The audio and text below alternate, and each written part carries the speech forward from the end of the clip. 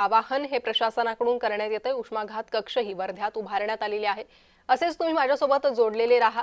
यानंतर धुळ्यातून माहिती घेणार आहोत। धुळ्यातून तुषार परदेसी आमचे प्रतिनिधी आपल्यासोबत जोडले गेले आहे।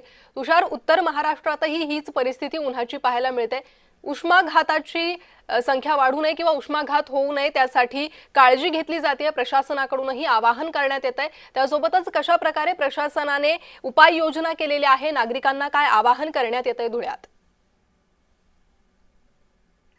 नक्कीच प्रणिता, या ठिकाणी पाहायला गेलं की गेल्या 2-3 दिवसांपासून धुळे शहरासह जिल्ह्याभरात तसं उत्तर महाराष्ट्रातील जळगाव असेल, नंदुरबार असेल यासारख्या जिल्ह्यांमध्ये देखील तापमानाच्या पाऱ्यामध्ये मोठ्या प्रमाणात वाढ झाली आहे। गेल्या आठवड्यात गारपिटीमुळे काही अंशतः उष्णतामध्ये घट झाली होती, मात्र गेल्या 8 दिवसापासून सतत एक अंशाने तापमानामध्ये वाढ होते आणि आता 40 अंशाच्या पुढे हे तापमान गेल्यामुळे प्रचंड नागरिकांचे हाल होत आहे। एकंदरीत पाहायला गेलं तर प्रशासनाने देखील प्रत्येक प्राथमिक आरोग्य केंद्र असेल किंवा सिव्हिल हॉस्पिटल असेल यांच्या ठिकाणी उष्माघात कक्ष देखील स्थापन करण्यात आलेले आहेत। एकूणच डॉक्टरकडून देखील आणि प्रशासनाकडून नागरिकांना सल्ला देण्यात आला आहे की घराच्या बाहेर पडताना डोक्यावर टोपी, रुमाल परिधान केल्याशिवाय घराच्या बाहेर पडू नये। असं काम असेल तरच घराच्या बाहेर दुपारच्या वेळेस बाहेर निघावे असे देखील आवाहन प्रशासनाच्या वतीने करण्यात आलेले आहे।